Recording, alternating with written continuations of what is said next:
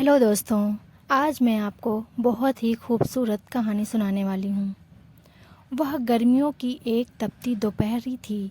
Office से मैं छुट्टी ली हुई थी क्योंकि घर के कुछ ज़रूरी काम निपटाने थे। बच्चों को कंप्यूटर पर गेम खेलना सिखा रहा था कि बाहर बेल बजी। काफ़ी देर बाद दूसरा बेल हुई तो मैं जाकर दरवाज़ा खोला। सामने मेरी ही उम्र के एक साहब खड़े थे। अस्सलाम वालेकुम। उन्होंने बेहद अच्छे तरीके से हाल चाल पूछा। पहले तो मेरे मन में ख़याल आया कि कोई चंदा लेने वाले हैं। उनके चेहरे पर दाढ़ी खूब सज रही थी और कपड़े से वह चंदा मांगने वाले हरगिज़ नहीं लग रहे थे। जी फरमाएं, मैंने पूछा। आप ताहिर साहब हैं? जी, मैं मुख्तसर जवाब दिया। वे मुझे रफ़ीक साहब ने भेजा है। शायद आपको किराएदार की ज़रूरत है। हाँ, मुझे अचानक याद आया कि मैं ऑफ़िस के एक साथी को बताया था कि मैं अपने घर का ऊपर वाला हिस्सा किराए पर देना है। अगर कोई नेक और छोटे परिवार उसकी नज़र में हो तो बताए, क्योंकि कार्यालय वेतन खर्च पूरे नहीं होते। मुझे दुख हुआ कि मैं इतनी धूप में काफ़ी देर इसे बाहर खड़ा रखा। इसे 6 महीने के लिए मकान किराए पर चाहिए था, क्योंकि अपना मकान गिरा कर दोबारा तामीर करवा रहे थे। मैं 3,000 किराया बताया, लेकिन बाद 2,000 से पक्की हो गई। वह चला गया तो मुझे अफसोस होने लगा कि किराया कुछ कम है, जबकि ऊपर केवल एक छोटा सा कमरा, रसोई और बाथरूम था। मुझे अपनी पत्नी की तरफ से डर लग रहा था कि उसे पता होगा तो कितना झगड़ा होगा। और वही हुआ। बकौल उसके 2,000 तो केवल बच्चों की फ़ीस है। मुझे उसने काफ़ी बुरा भला कहा और चुपचाप सुनता रहा और अपनी किस्मत को कोसते रहा। मैं एमएससी में बहुत अच्छे नंबर से किया था, इसलिए तुरंत नौकरी मिल गई। नौकरी मिली तो शादी भी तुरंत हो गई। मेरी पत्नी भी बहुत पढ़ी लिखी थी। वह भी एक अंग्रेजी स्कूल में पढ़ाती थी। हमारे 3 बच्चे थे, मगर खर्चा बहुत मुश्किल से चलता था। अगले ही दिन वह साहब और उनकी पत्नी बच्चे हमारे घर पे आ गए। उनकी पत्नी ने पूरी शरई पर्दा किया हुआ था। दोनों बड़े बच्चे बहुत ही सभ्य और सुंदर थे। छोटा गोद में था। कुछ दिनों बाद एक दिन मैं ऑफिस से आया तो मेरी पत्नी ने बताया कि मैं बच्चों को किराएदार महिला से कुरान पढ़ने के लिए भेज दिया है। अच्छा पढ़ाती है। अपने बच्चे इतने सुंदर किरत करते हैं।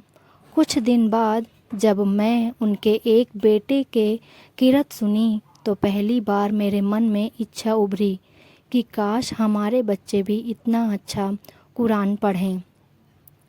एक दिन मैं बाहर जाने लगा तो अपनी पत्नी से पूछ ही लिया कि वह पार्लर जाएगी तो लेता चलूं, क्योंकि पहले तो 2 महीने में 3-4 बार पार्लर जाती थी और इस महीने में एक बार भी नहीं गई थी।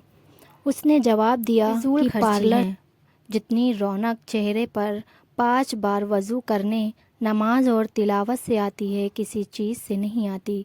अगर ज़्यादा ज़रूरत हो तो घरेलू उपयोग की वस्तुओं से ही रहता है। एक दिन मैं केबल पर ड्रामा देख रहा था तो मेरे छोटे बेटे ने मुझे बिना पूछे टीवी बंद कर दिया और मेरे पास आकर बैठ गया। बाबा, यह बेकार काम है। आप अपने नबी हज़रत मोहम्मद मुस्तफ़ा सल्लल्लाहु अलैहि वसल्लम का एक कहानी सुनाऊं।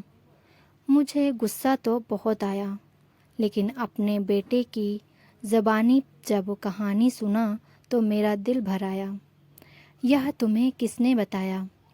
मैंने पूछा। हमारी उस्तानी। वह कुरान पढ़ाने के बाद आप सल्लल्लाहु अलैहि वसल्लम और सहाबा के बारे में बताती हैं।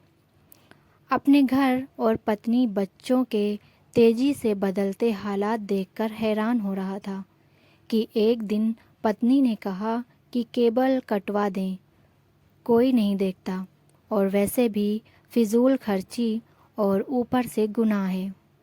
کچھ دن بعد پتنی نے خریداری پر جانے کو کہا تو میں فوراً تیار ہو گیا۔ وہ کافی دنوں بعد خریداری کا کہا تھا، ورنہ پہلے تو آئے دن بازار جانا رہتا تھا۔ کیا خریدنا ہے؟ میں نے پوچھا۔ اس نے کہا برقع۔ کیا؟ میں ہنسا تو وہ بولی، پہلے کتنے ہی غیر شرعی کام کرتی تھی، آپ نے کبھی مذاق نہیں اڑایا تھا، اب اچھا کام کرنا چاہتی ہوں تو آپ مذاق سوچ رہا ہے۔ کچھ نہ بولا۔ پھر کچھ دن بعد اس نے مجھے کافی سارے پیسے دیے اور کہا قرض کی باقی قیمت ادا کر دیں تاکہ ادھک قسطیں نہ دینی پڑے۔ اتنے روپے کی بچت کیسے ہو گئی؟ بس ہو گیا۔ وہ مسکرائی۔ جب انسان اللہ کے بتائے ہوئے حکموں پر چلنے لگے تو برکت خود بخود ہو جاتی ہے۔ یہ بھی وہ کرایہ دار مہیلا نے بتایا ہے۔ سکون میرے اندر تب پھیل گیا۔ میری پتنی اب نہ مجھے کبھی لڑی نہ شکایت کی۔ بچوں کو وہ گھر میں پڑھا دیتی ہیں، خود بچوں کے ساتھ قرآن تجوید سے پڑھنا سیکھ رہی تھی۔ وہ خود نماز پڑھنے لگی تھیں اور بچوں کو سختی سے نماز پڑھنے بھیجا۔ مجھے احساس ہونے لگا کہ نجات کا راستہ یہی تو ہے۔ پیسہ اور سجاوٹی آرام نہیں ہے، سکون تو بس اللہ کی یاد میں ہے۔ مجھے اس دن 2000 کرایہ تھوڑا لگ رہا تھا، آج سوچتا ہوں تو لگتا ہے کہ وہ تو اتنا ادھک تھا کہ آج میرا گھر سکون سے بھر گیا۔ یہ کہانی یہیں پر ختم ہوتی ہے۔ اگر ہماری کہانی آپ کو پسند آئی تو لائک سبسکرائب ضرور کریں۔ کل پھر ملیں گے ایک نئی کہانی کے ساتھ۔ تب تک کہ اپنا خیال رکھیں اور دعاؤں میں مجھے یاد رکھیں اور میرے چینل کو سبسکرائب کر دیں۔ اللہ حافظ۔